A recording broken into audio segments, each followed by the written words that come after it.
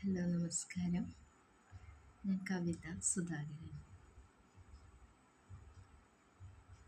ഇത് രാമചന്ദ്ര മിഷൻ്റെ ശ്രീരാമചന്ദ്ര മിഷനിലുള്ളൊരു പോയിൻ്റാണ് പറയണത് കേട്ടോ. അതിലെ CMBA എന്ന് പറഞ്ഞിട്ടുണ്ട്, സൂക്ഷ്മ ശരീരം. അതായത് നമുക്ക് സൂക്ഷ്മ ശരീരം ഉണ്ട്. നമ്മൾ അടുത്ത തലത്തിലേക്ക് പോകുമ്പോൾ അവിടെയാണ് പുണ്യാത്മാക്കളുടെ സ്ഥാനം. ഒരു പുണ്യാത്മാവിൻ്റെ സൂക്ഷ്മ ശരീരം തീർത്തും സ്വതന്ത്രമാണ്.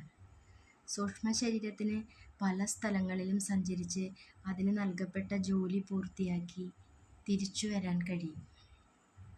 ലാലാജി മഹാരാജ്, അതായത് രാമചന്ദ്ര മിഷൻ്റെ ആദ്യ ഗുരു, 1944 1945 മറ്റോ ബാബുജി മഹാരാജുമായി ആശയവിനിമയം നടത്തി. അദ്ദേഹത്തിൻ്റെ സഹപ്രവർത്തകർക്ക് ഇതിൻ്റെ പ്രയോജനം ലഭിച്ചു. അദ്ദേഹത്തിൻ്റെ സൂക്ഷ്മ ശരീരങ്ങൾ അവരുടെ ആത്മീയ ആവശ്യങ്ങൾ നിറവേറ്റാൻ അവരെ സഹായിക്കുകയും അവരെ സംരക്ഷിക്കുകയും ചെയ്തു.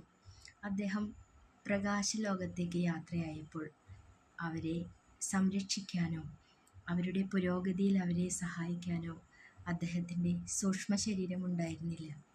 പ്രകൃതി അനുകൂലമായപ്പോൾ ബാബുജിയുടെ സൂക്ഷ്മ ശരീരങ്ങൾ ലാലാജിയുടെ സഹപ്രവർത്തകരെ സംരക്ഷിക്കാനും അവരുടെ ആത്മീയ താൽപ്പര്യങ്ങളെ സംരക്ഷിക്കാനും തുടങ്ങി. മരിച്ചുപോയ ഒരാളുടെ സൂക്ഷ്മ ശരീരങ്ങൾക്ക് ഈ ഗ്രഹത്തിൽ പ്രവർത്തനക്ഷമമാകാൻ കഴിയില്ല, അവയ്ക്ക് സഹായിക്കാനാകില്ല. അപ്പോൾ ബുദ്ധി, തീരുമാനങ്ങളെടുക്കൽ, അഹങ്കാരം അഥവാ അഹംബോധമാണ് ഈ തീരുമാനം നടപ്പിലാക്കാനോ നടപ്പിലാക്കാതിരിക്കാനോ അനുവദിക്കുന്നത്. അപ്പോൾ CMBA സൂക്ഷ്മ ശരീരത്തിൽ പറയുന്ന ഷോർട്ട് ഫോമാണ്. ചിത്തം, അതായത് ബോധം, നമ്മളെ പിന്തിരിപ്പിക്കുന്നു. മനസ്സ് നമ്മളെ പരിചിന്തിപ്പിക്കുന്നു. ബുദ്ധി തീരുമാനങ്ങൾ എടുപ്പിക്കുന്നു. അഹങ്കാരം തീരുമാനം നടപ്പാക്കാനോ നടപ്പാക്കാതിരിക്കാനോ അനുവദിക്കുന്നു. അപ്പോൾ പരിണാമത്തിൽ യഥാർത്ഥത്തിൽ സംഭവിക്കുന്നത് നടുവിലെ തലമായ സൂക്ഷ്മ ശരീരത്തിൽ സംഭവിക്കുന്നത് മാത്രമാണ്. സൂക്ഷ്മ ശരീരത്തിന് 4 കാര്യങ്ങളാണ് ഉള്ളത്. എന്നാൽ ലാലാജി പറഞ്ഞിട്ടുള്ളത് ചിത്തം എന്നത് ബോധമാണ്. അതാണ് നമുക്ക് ചിന്തിക്കാനുള്ള കഴിവ് നൽകുന്നത്. മറ്റൊന്ന് ബുദ്ധിയാണ്. അതിൻ്റെ പങ്ക് എന്താണ്? തീരുമാനങ്ങൾ എടുക്കാൻ സഹായിക്കുന്നത് ബുദ്ധിയാണ്. ചിത്തം ചിന്തയാണ്, ബോധമാണ്. മനസ്സ് പരിചിന്തനം, ബുദ്ധി തീരുമാനങ്ങൾ എടുക്കൽ. അഹങ്കാരം അഥവാ അഹംബോധമാണ് ഈ തീരുമാനം നടപ്പിലാക്കാനോ നടപ്പിലാക്കാതിരിക്കാനോ അനുവദിക്കുന്നത്. CMBA എന്ന് പറഞ്ഞാൽ അറിയില്ലേ? ചിത്തം, മനസ്സ്, ബുദ്ധി, അഹങ്കാരം.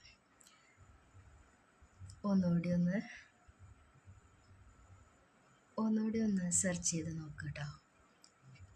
എല്ലാവർക്കും ഉപകാരപ്പെടുന്ന ഒരു പോയിൻ്റാണിത്.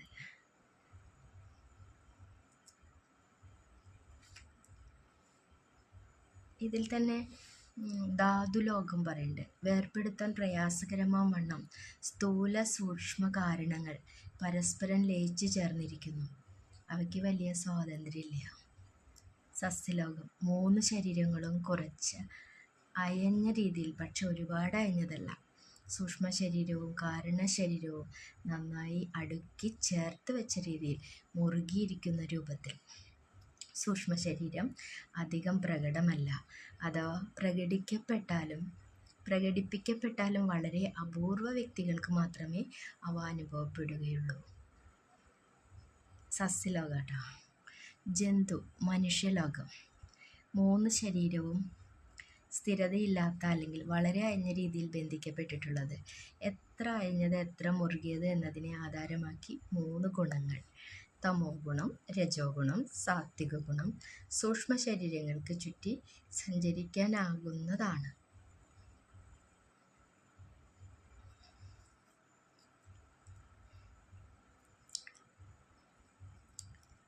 നമുക്ക് ഈ പറഞ്ഞ 3 ശരീരങ്ങളുണ്ട്. നടുവിലുള്ള സൂക്ഷ്മ ശരീരമാണ് നാം മൃഗങ്ങൾക്കപ്പുറം പോകാനായി തിരഞ്ഞെടുക്കുന്നത്. അതുകൊണ്ടാണ് ബാബുജി മഹാരാജ് പറയുന്നത്, നമുക്ക് മൃഗതലത്തിൽ നിന്ന് മനുഷ്യതലത്തിലേക്കും അവിടെ നിന്ന് ദൈവിക തലത്തിലേക്കും മുന്നേറേണ്ടിയിരിക്കുന്നു എന്ന്. നമ്മുടെ അസ്തിത്വത്തെ മറ്റൊരു രീതിയിൽ നോക്കിക്കാണുന്നതാണത്.